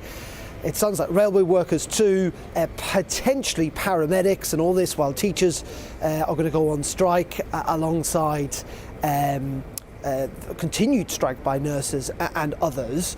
And you're right, I think the Labour leader will press Rishi Sunak on how and when is this going to be brought to an end. And the government are in a pretty tricky situation. Steve Barclay, the Health Secretary, today saying that effectively, the government are willing to compromise on all of this, but at the same time he expects the nurses to compromise too, though the impact is pretty huge. 30,000 apparently procedures were postponed in December because of the nurse nurses' strike, and at the moment 60% of the British public, according to an opinion poll by Ipsos Mori, shows that they are blaming the government. So 6 out of 10 blaming the government for these strikes, only 1 in 10 blaming nurses themselves. So yes, as always, it's dominated the political agenda so far this year. I suspect it will dominate PMQs. As you touched upon, the SNP almost certainly will bring up that issue of the Gender Recognition Act in Scotland. There is and was a very heated debate in Parliament yesterday about the UK government's decision to invoke Section 35, i.e. to overrule the Scottish Parliament. It looks like Nicola Sturgeon is going to take this all to court. We're expecting an announcement on that a little later on today. And then this other announcement by the government today around changing EU regulation. You know, when we look at Brexit and what's happened subsequently there, many people feel that the UK is not taking advantage, do they, of some of the benefits that potentially could come from Brexit. One of those is around rules and regulations. When we left the EU, essentially all those rules and regulations from the EU were copied into British law, and the government are determined to try and get rid of some of them, to change others. And at the end of this year, a lot of them are actually got a sunset clause, so they're fundamentally going to disappear off the statute books. Now, that's got massive ramifications, because we still do need rules and regulations around employment law, around health and safety, for example. And so the government are determined to try and make these changes this year, though there is a bit of a row, as you suggested. The Labour Party saying this is not possible to properly go through all the detail of these regulations in such a short period of time. They're asking the government to postpone it until later on this decade, until 2026. Meanwhile, some Conservative backbenchers, Brexiteers, are saying they want more of an input into what the rules and changes could well be. So it's one to watch, actually, as the months progress, but certainly an attempt by the government to try and see some of the opportunities that could be presented via Brexit when it comes to those rules and regulations, some of which, of course, people complained about during the referendum campaign that were too stifling on business, for example. OK, thank you, Darren. Darren McCaffrey there at Downing Street. Thanks, Darren. Now, don't forget to vote in our Twitter poll. We are asking you this morning whether you support the nurses' strike. In December, I asked you this question. 70% of you said that you didn't support them then. Well, the tide appears to be turning, because 46% of you now do support the strike action. Let me know why, won't you? Cast your votes now. And as always, send me an email, gbviews@gbnews.uk. Right, coming up in just a moment, GB News' economics and business editor Liam Halligan will join me to analyse the latest UK inflation figures. That's after the weather.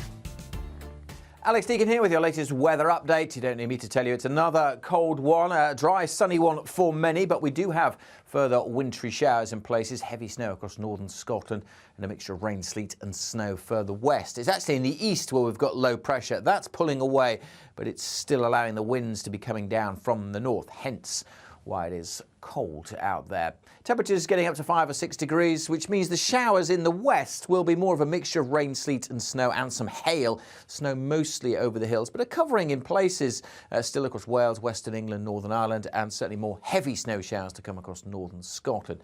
Many central and eastern areas just staying dry and sunny, but it is cold, feeling especially cold in northern Scotland with a brisk wind. Temperatures generally 4 to 6 Celsius at best, and dropping sharply this evening, which means ice is likely to be a problem where we have further wintry showers coming in for Wales. More snow likely in North Wales and perhaps into parts of northwest England, along with Northern Ireland and again northern Scotland. The showers easing in the southwest, but again many central and eastern places dry and very cold. Could be some fog around as well, down to -10 to maybe -15 where there's snow lying on the ground in northern Scotland. And that's where most of the snow will be during Thursday.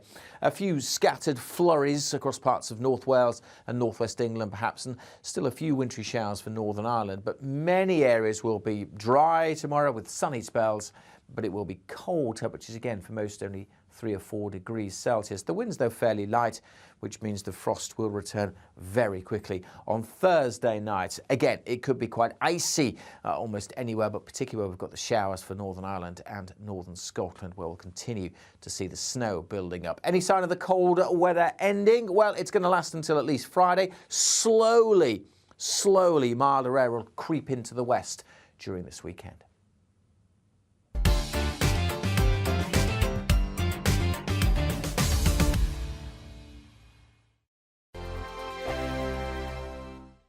Monday to Thursday, 9 p.m. till 11 p.m. Join me, Dan Wootton. I'll bring you the sharpest takes and hottest debates. Do you not believe in prison? I don't believe in prisons. I'm completely stunned. I guarantee you there'll be no spin, no bias, no censorship. I actually was personally quite offended by it.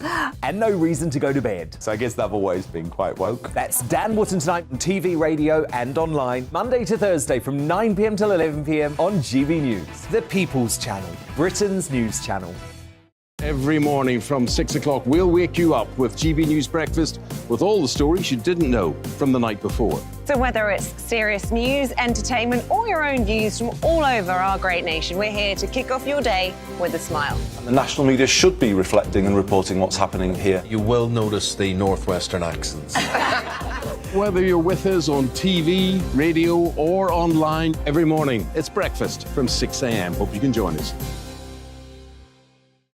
Join me every Sunday at 6 p.m. for Gloria Meets. In exclusive interviews, I'll be finding out who our politicians really are and what they really think. It's something that you would never want anyone to suffer. I didn't know what channels there were. I didn't think I'd be believed. I must have weighed about 7 stone and I'm 5'8". My instincts was to sort of cover this up. I mean, clearly that was a mistake. Join me every Sunday at 6 p.m. on GB News, the People's Channel, Britain's news channel.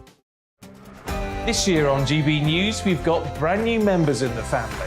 Join us. Across the entire United Kingdom, we cover the issues that matter to you. GB News will always stay honest, balanced and fair. We want to hear whatever is on your mind. And we don't talk down to you. The establishment had their chance. Now we're here to represent you. Britain's watching. Come join us on GB News, the People's Channel, Britain's news channel.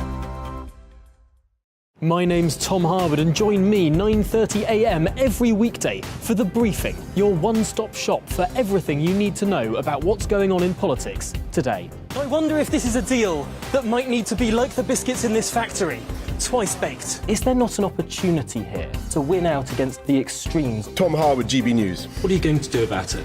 Things should have been done differently, and they certainly are being done differently. Don't miss it. The Briefing with me, Tom Harwood, 9:30 Monday to Friday on GB News. Hello, I'm Simon Evans. Join me on GB News for Headliners at 11 p.m, where I'll be joined by 2 of the country's top comedians as we take a look at tomorrow's newspapers tonight. If it's a big story, we'll be covering it, I guarantee, but we'll also have some fun along the way. That's GB News Headliners at 11 p.m. We won't put you to sleep, unlike some of the other paper review shows out there.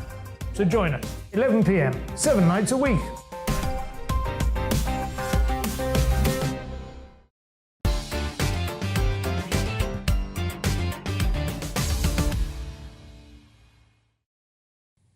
Very good morning. It's 11:23. This is Bev Turner today on GB News. Right, you've been getting in touch. Remember, gbviews@gbnews.uk is the email. On strikes and pay rises, Louise has said, I'll be lucky to get a 2% pay rise this year and earn just over minimum wage. We all need to just get on with it until the country is in a better place. Dean in Dover says it's sad to see the same people who voted to take back control believe brave workers' rights to strike should be taken away from them. And Joe says whether I support them or not, whether I support them to strike or not is not important. Stopping others from fighting for their rights is just not right. Keep your messages coming in, won't you? Now, the Office for National Statistics earlier released the latest inflation figures. Price rises in the UK slowed for the second month in a row as the consumer price index was at 10.5% in the 12 months to December 2022, down from 10.7% in November.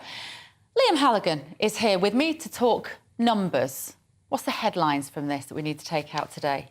The headline is, Bev, the numbers you just said, and I've put them on a graphic with some other numbers for GB News viewers to listen to. So, as you say, in December, CPI inflation, that's Consumer Price Index, that was 10.5% higher than the same month in 2021. That's up. That's just down slightly from 10.7% in November. Back in October, the CPI inflation was 11.1. That was a 41-year high. So from October, November, December, the trend is definitely down. But I think a lot of people thought it would start dropping more quickly than that. Within that 10.5% CPI number, Bev, Food and non-alcohol beverages, we can see on the next graphic, they were up almost 17%. Wow. That's absolutely stonking. Right there is why when you go into the supermarket to pick up a few bits and pieces, you've spent 50 quid easily before you know it. Exactly. That is why 16.9% food and non-alcoholic beverage inflation during the year to December, and fuel prices up 11.5%. That fuel price inflation is actually down on where it was because we have seen a fall in petrol and some diesel prices, though not to such a great extent. But then there were other aspects of the regular consumer shopping basket that were below inflation, and we have transport, that's public transport and other hire cars and so on, that was 6.9% inflation, and recreation and culture 4.8% because lots of venues have been discounting, frankly, in this cost of living squeeze to try and get people through the door. But look, this is a disappointment. Inflation in the US now is down at 6.2%, right? That's a 14-month low. Inflation in the UK is still in double digits, and that's not going to help at all when it comes to the government trying to resolve these strikes. So we keep hearing Rishi Sunak say, oh, this is because of Ukraine, this is because of Russia. Isn't it partly because central banks printed trillions of pounds in the last few years? Is that not why we're in this position? OK, it's many, many things. I mean, what I would say is, as a headline, this isn't only a cost of living crisis, this is a cost of lockdown crisis. Why have we got lots of inflation? Did inflation hit a 41-year high in October? It was largely, Bev, and that was way before inflation was already at a 30-year high in January 2022, way before the war in Ukraine. Why is that? Because as we came out of lockdown, you had factories all over the UK, all over the world, completely discombobulated. Many of them had been put on ice. Workforces scattered, doing other jobs. Global shipping in chaos, all the ships in the wrong place. Supply chains knotted up all around the world. And yet, when lockdown was lifted pretty much around the world at the same time, you had this wave of pent-up demand looking for goods and services. Firms couldn't supply them. Hey, presto, prices go up a lot. Then on top of that, we've had lots of workers, particularly in the UK, not going back to work after COVID. So there's a shortage. That's why pay rises are high. You had a 6.4% increase in pay during the last few months of last year on the figures we heard earlier this week. Of course, that's a very high increase in pay. It's the highest since 2001, completely wiped out by inflation, so real wages were down. And then indeed, you do have energy price rises because of the war in Ukraine. But a lot of the energy price rises now should be starting to fall out of the inflation number. Oil and gas prices on wholesale markets are now lower than they were before the war in Ukraine. And then you have this imponderable, something I've written about lots and lots over the years, massive expansion of the Bank of England's balance sheet. The Bank of England has created hundreds of billions of pounds from nothing. The government has used that money to fund furlough, business support loans. A lot of that money is washing around the economy. So that is another factor that's pushing up inflation here in the UK and keeping it high. When might we see our prices go down in the shops, Liam? I don't think we'll see prices go down in particular, but we'll just see them rising less slowly. You know, inflation is about rates of change, and the Bank of England's inflation target is, of course, 2%. I don't think we're going to get 2% inflation down from 10.5 today this year. I do think we'll get like 4 or 5% inflation by the end of the year. It almost becomes an arithmetic inevitability. And those supply chain issues that I mentioned before, they are now easing significantly. That's why, hand on heart, I expected this inflation number to be lower today. But it is a number for December. And in fairness, we have seen energy prices fall significantly since December. In December, the wholesale energy price on European markets was 130 euros per what we call megawatt hour. That's the units in which you can sell gas. It's now 55 euros per megawatt hour. I mean, that's a huge we're fall. not seeing... We're not, because... they're not passing it on to us, are they? I am really concerned that the petrol companies, not the independent petrol retailers, they just take the price that they're given, but the big, oil majors who retail petrol, I'm concerned they're not passing on the lower oil costs when we fill up our cars and vans, particularly on diesel. Yes. I'm also concerned that the energy providers, our utilities, the companies that send you your gas and electricity bill, they are not passing on those reductions in wholesale prices either. And I personally think, the big energy providers will deny it. I'm not saying I have evidence of any wrongdoing, but I would certainly say that Ofgem, the energy regulator, should be looking very, very closely at the fact that energy companies continue to take increasingly high and rising direct debits off households across the country, rich and poor, at a time when wholesale energy prices, everyone can see it, people like me are talking about it in the media, are falling so sharply. It's scandalous. It feels pretty scandalous. I mean, like we say, we've got no evidence that's what's happening, but none of this adds up. I wanted to ask you about house prices. Have you got 30 seconds on house price index? Yeah, I have. So we have seen a rise in house prices.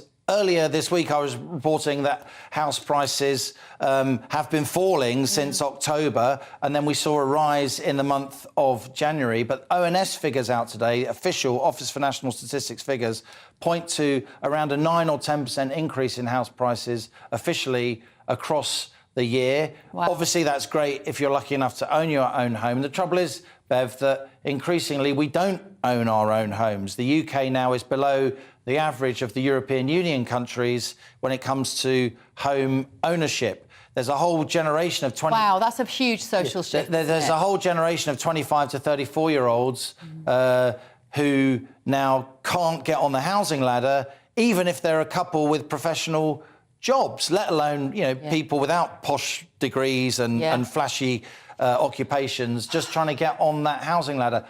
There are areas of the country where housing is more affordable, but the fact that young people are priced out of housing, it isn't just a London and South East phenomenon whatsoever. The West Country, the North West, even parts of the North East where houses have sometimes tended to be much better value, young families are finding it very difficult now to own their own home and the security that brings. As our friends in Davos would say, by 2030 you will own nothing and you will be happy. You won't own your own cars, you won't own your own bikes, you won't own your own houses. I don't think we'll be happy though, Liam.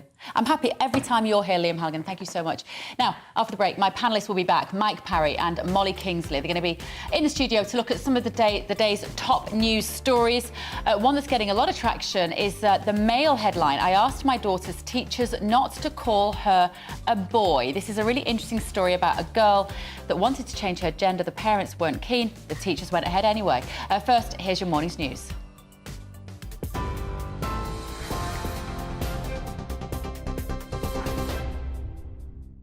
Good morning, it's 11:33. I'm Bethany Elsey with your top stories from the GB newsroom.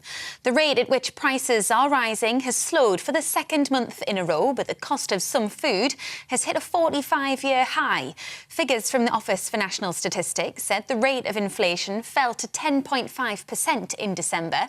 That's down from 10.7% the month before. Falling fuel costs were largely behind the slowdown, with average petrol prices down by 8.3 pence per litre since December. Thousands of nurses from more than 55 NHS trusts in England are staging a 2-day strike in a dispute over pay and patient safety.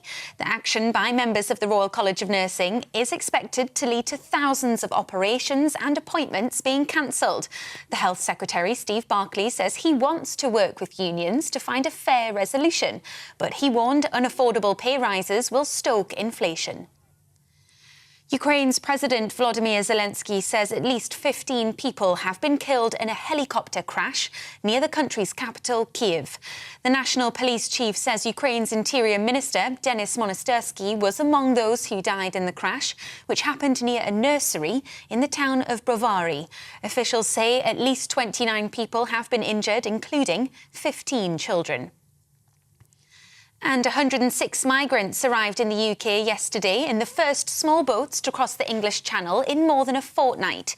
Bad weather has deterred any crossings since the 2nd of January. 3 small boats left French beaches on Tuesday. 2 made it into UK waters and were picked up by Border Force. The 3rd got into difficulty near Calais, and 45 people were rescued by French officials. You're up to date on TV, online and DAB+ radio. This is GB News. Bev will be back with you in just a moment.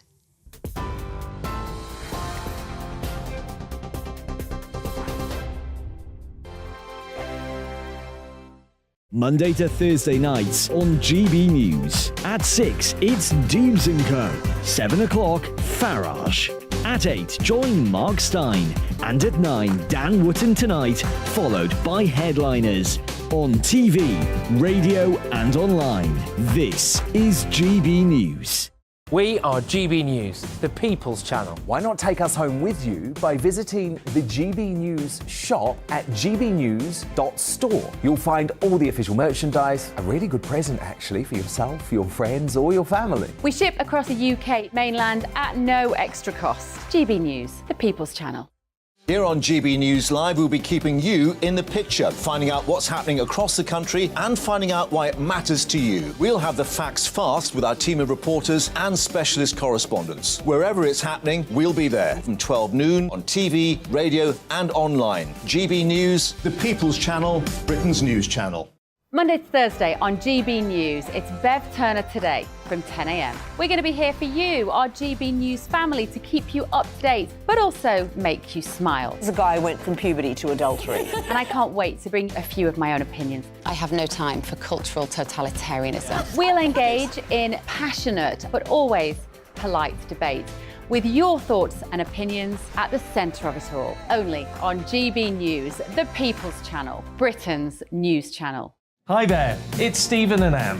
At breakfast from 6 a.m, you'll always be caught up with everything you need to know, the latest headlines, opinions and debates. We'll bring you the good news and the bad, but most of all, we're here for you. Remember, send in your views and let us know what you would like us to talk about. That's because we're your news channel.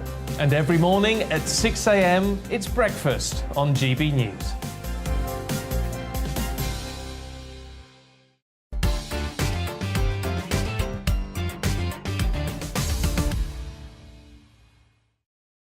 Good morning, this is Bev Turner today on GB News. My panel are back with me for one last time this morning. Broadcaster and journalist Mike Parry and co-founder of Us For Them, a volunteer organisation of people who care for children, Molly Kingsley. Now, this story, Molly, I saw the headline. I thought, that can't be right. And then I read it and it made my blood boil. A 14-year-old girl, whose name is Esme, her mother, Patricia Chalmers, saw that a piece of homework written by this girl had a different name on it. It had a name called Lex. And she said, I suspected something was wrong, but I waited until next morning before I phoned the school. And then what did the school say to her, Molly Kingsley? Well, they didn't tell her, did they? That they decided to start addressing this girl as a boy without the consultation of the parents. I mean, it's unbelievable, isn't it? And it's one of the ways in which we have just lost common sense. It's one of the ways in which parental rights are under attack, you know, in this case from these very extreme but minority actually ideologies. And you have here teachers who are becoming complicit in what many of us would say is a glaring safeguarding risk. Yeah. Because, you know, we know obviously we had the Cass review which said socially transitioning is not a neutral act. It does set these kids on a path which some of them, you know, may then go through the full surgical route. And actually the thought, just as a parent, I mean, you'd want to know, you have to know. It's outrageous. Don't you? Well, she's 14 years old, Mike. The parents say that she'd been dressing a bit, she's wearing baggy hoodies and jeans. They all wear that as far as I can tell. Cut her hair off shorter. Yeah. So the parents were kind of keeping an eye on it. And then to get to know that the teachers would change her identity without the parents' consent or knowledge at school. Yep. I find this deeply disturbing. Well, it's very deeply disturbing. Further on into that story, because I read the whole thing first thing this morning, Tanya Carter, spokeswoman for Safe Schools Alliance, you may know them, Molly, OK, says this is an increasing issue with schools acting as if they have the right to strip parents of parental responsibility, but we have to make it absolutely clear they do not. Only the courts have that power in this country. So this is not just a very sinister happening, it is completely against the law in this country. But they appear to be getting away with it. Yeah. Now, who's going to clamp down on this? Who's going to start the investigation to make sure that teachers aren't insidiously changing the minds of impressionable young children without their parents even knowing? Is this about Molly, is it about the fact that we've really blurred the lines between a child and an adult? In my mind, you know, for the last probably 15 years, there's been this idea in schools, you know, all these children have rights. And I think it's a very difficult thing to get right. Of course, you have a right to live safely and not be under threat. You have a right to be able to learn in school without disruption, etc., etc. But somehow it's gone horribly wrong, whereby the children have more rights than the parents, it feels. And, well, it's the children have rights, and exactly, it's the erosion of parental rights. And I think, actually, DeSantis in Florida has been really strong on this. So he's introduced a parental rights bill, and that aims to uphold the fundamental right of parents to make choices for their children. And actually, it addresses this situation expressly, which, as far as I know, the law here doesn't.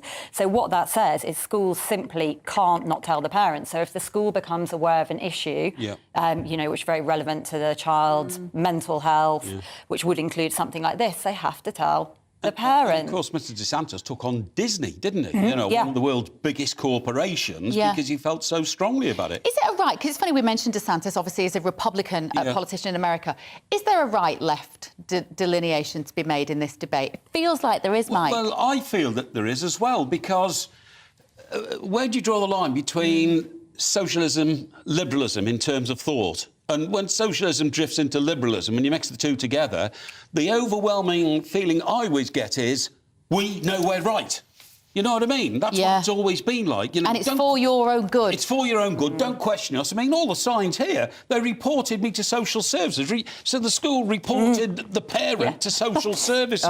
Listen to this from another pressure group. Parents tell us that when they try to engage constructively with schools, it is often implied that those parents are a risk to their own children.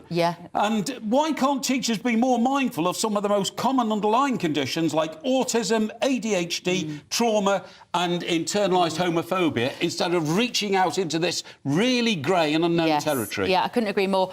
Because this girl is apparently on the autistic spectrum, her mother says, and they needed to at the very least, discuss this with the parents. Shocking, right. OK, another shocking, not so shocking, Prince Harry.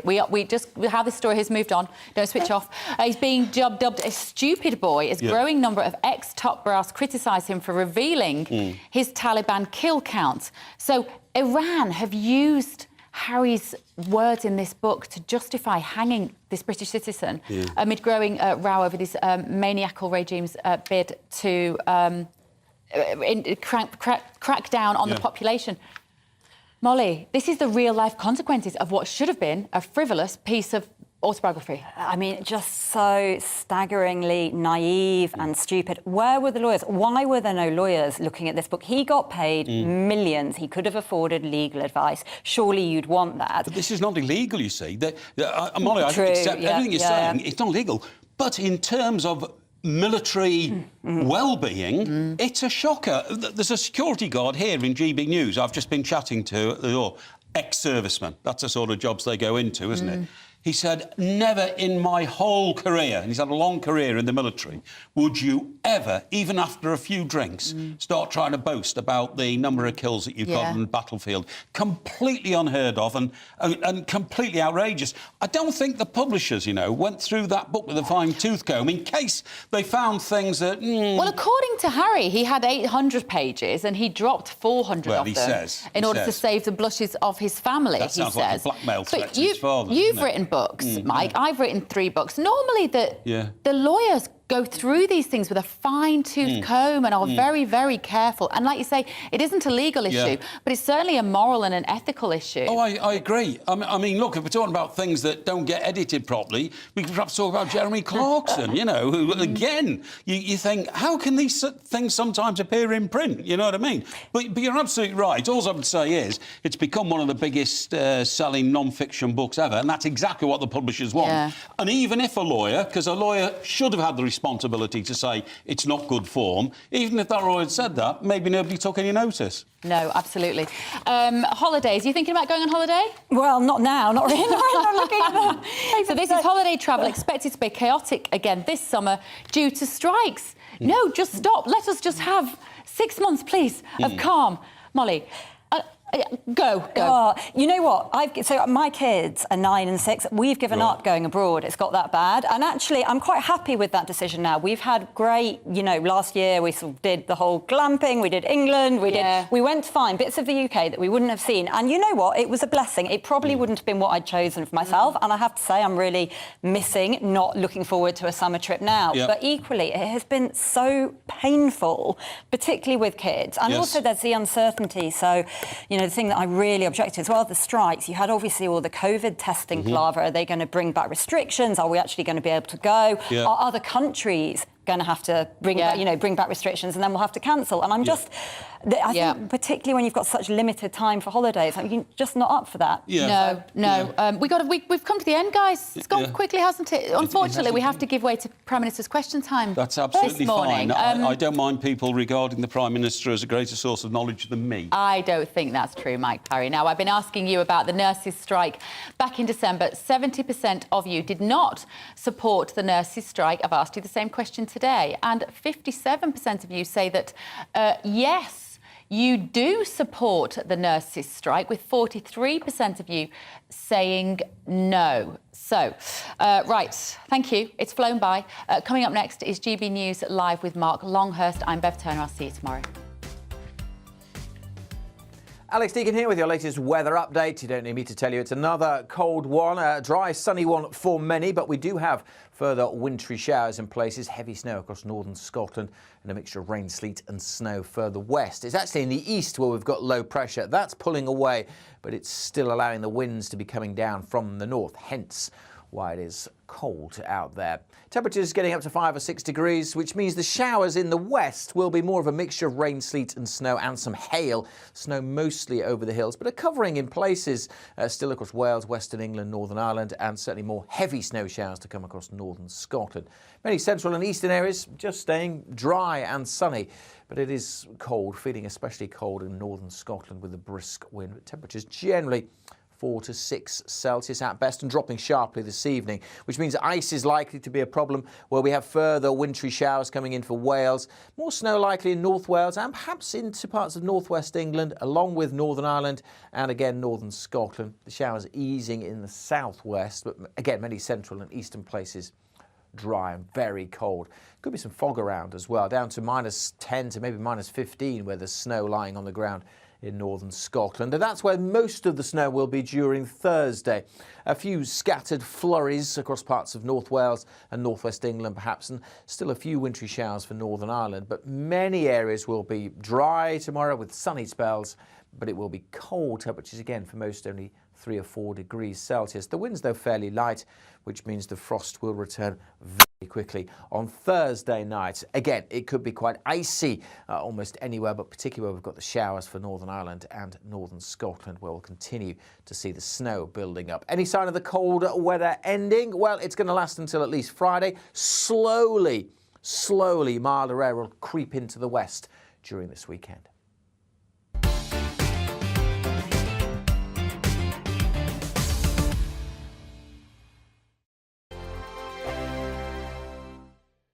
Every morning from 6 o'clock, we'll wake you up with GB News Breakfast with all the stories you didn't know from the night before. So whether it's serious news, entertainment, or your own views from all over our great nation, we're here to kick off your day with a smile. The national media should be reflecting and reporting what's happening here. You will notice the